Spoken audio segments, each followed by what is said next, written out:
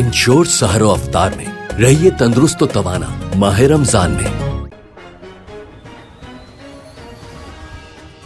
Mohammad Hashim Lashari, bureau chief, star Rang news, Hyderabad. खबर शामिल करते हैं जाम शोरों में वाक़िया सिंध यूनिवर्सिटी, जिसे मदर यूनिवर्सिटी के नाम से भी जाना जाता है। आज हम आपको हमारे bureau chief, star Rang news, Hyderabad, Mohammad Hashim Lashari की तैयार करदा इस रिपोर्ट में बताएंगे यूनिवर्सिटी का क़याम किस तरह अमल में आया, क्या क्या मुश्किलात पेश आईं। दोस्तों, जहां आज जामशोरा एक तालीमी शहर है, वहां 1951 में सुनसानी छाई हुई थी। आज यहाँ से यूनिवर्सिटी, दीगर जामिया, तालीमी और सेहत के इदारे कायम हैं। इस वक्त यहाँ से एक रेलवे लाइन 7 की तरफ जाती थी, जिसके काले स्टीम इंजन की मुनफरद सीटी दूर से देहातियों को सुनाई देती थी। देहाती इस रेल की आमद और रफ्त के वक्त को देखकर अपना वक्त मुकर्रर करते थे। उसके साथ एक सिंगल पट्टी सड़क थी, जहाँ से बहुत कम गाड़ियाँ सेवनजादू लाड़काना जाया करती थीं, क्योंकि उस वक्त आबादी कम थी। करीबी शोरो कबाइल और खोसो बरादरी के देहात थे। 7 की सड़क भी आज के कोटरी के सनती इलाके, जो नेशनल हाईवे कहलाता है, से इंडस हाईवे की तरफ बढ़ती थी और फिर जामशोर की पहाड़ी से पट्टी गुजरती थी। इस पहाड़ी इलाके में तिलौर और जंगली सूअर बहुत ज़्यादा थे, क्योंकि दरिया करीब था और सब दरख्तों के बहुतायत थी, जिसकी वजह से शिकार के शौकीन अफराद भी इधर आते थे। शिकार के शौकीन हैदराबाद के लोग भी कोटरी से घूमते हुए यहाँ पहुँच जाते थे। इस वक्त जामशोरों का पुल तामीर होना शुरू हुआ था, मगर रास्ता मौजूद नहीं था। अब आते हैं सिंध यूनिवर्सिटी के क़याम की तरफ कि ये कैसे और किन अफराद की काविशों से वजूद में आई। बरतानिया दौर में सिंध में तालीम पर ख़ास तवज्जो दी गई थी। 1936 तक सिंध बम्बई का हिस्सा, सूबे का हिस्सा था, जहाँ से तमाम बड़े मंसूबे मंजूर होते थे। इसी वजह से हर काम में गैर ज़रूरी ताख़ीर होती थी। ताहम सिंध के सियासी रहनुमाओं की कोशिशों से 1847 से 1936 तक बॉम्बे के मातहत रहने वाली सिंध बॉम्बे से अलहदा होकर एक खुद मुख्तार सूबा बनी।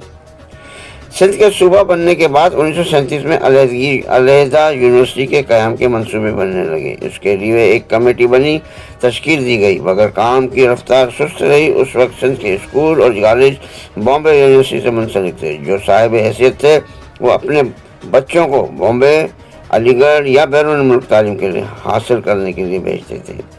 1942 में सिंध यूनिवर्सिटी के क़याम के लिए एक रिपोर्ट पेश की गई, मगर फिर पाकिस्तान के क़याम की वजह से ताख़ीर हुई। क़याम पाकिस्तान से चंद माह कबल GM सैयद, मीर मोहम्मद शाह और उनके साथियों की कोशिशों से सिंध असेंबली ने सिंध यूनिवर्सिटी एक्ट मंजूर किया।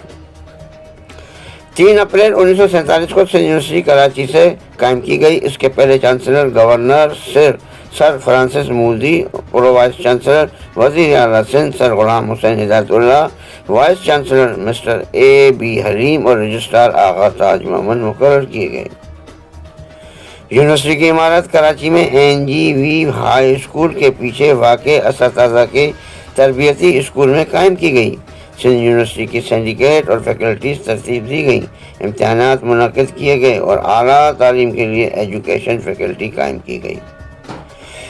क़याम पाकिस्तान के बाद कराची में उर्दू बोलने वालों की तादाद में गैर मामूली इजाफा हुआ। महाजिर तबके ने कराची में एक नई यूनिवर्सिटी यानी कराची यूनिवर्सिटी के क़याम के लिए कोशिशें की।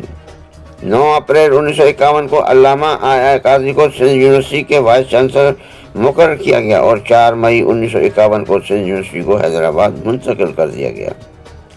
सिंध यूनिवर्सिटी के लिए हैदराबाद के एक मौजू मकाम था, क्योंकि सिंध के तलबा के लिए यह आसान रसाई में था। इब्तिदा में न्यू वडिया स्कूल, जो 1897 में, फिर बाद में आडवाणी के मेहनत से कायम हुआ था, उसकी शानदार इमारत में यूनिवर्सिटी मुंतकिल की गई।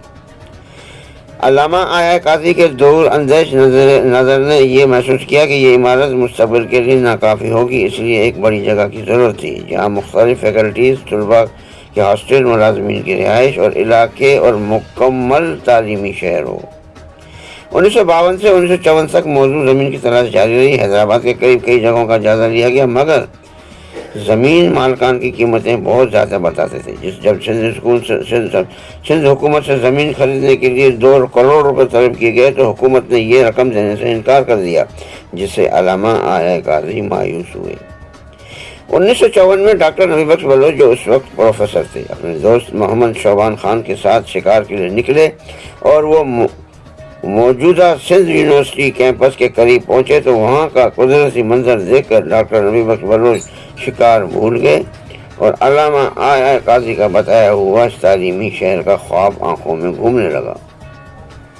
1955 کے اوائل میں ڈاکٹر نبی بخش بلوچ نے علامہ آیا قاضی کو اس جگہ کے بارے میں بتایا، جس پر ایک مقررہ دن خود علامہ صاحب نے مقرر کیا، آ کر اس جگہ کا معائنہ کیا اور اسے پسند کیا۔ اس وقت تک جامشورو کی موجودہ زمین تک پہنچنے کے لیے کوٹری کا پل واحد راستہ تھا، لیکن 15 مارچ 1955 کو کوٹری براج کا افتتاح ہوا، جس سے راستہ بہتر ہو گیا۔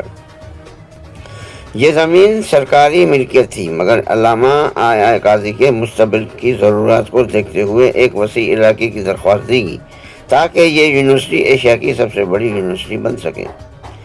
22 جون 1955 کو سندھ اسمبلی کا اجلاس حیدرآباد میں ہوا، جس میں اس وقت کے وزیر ریونیو پیر علی محمد راشدی کی مدد سے زمین کے لیے منظوری دی گئی۔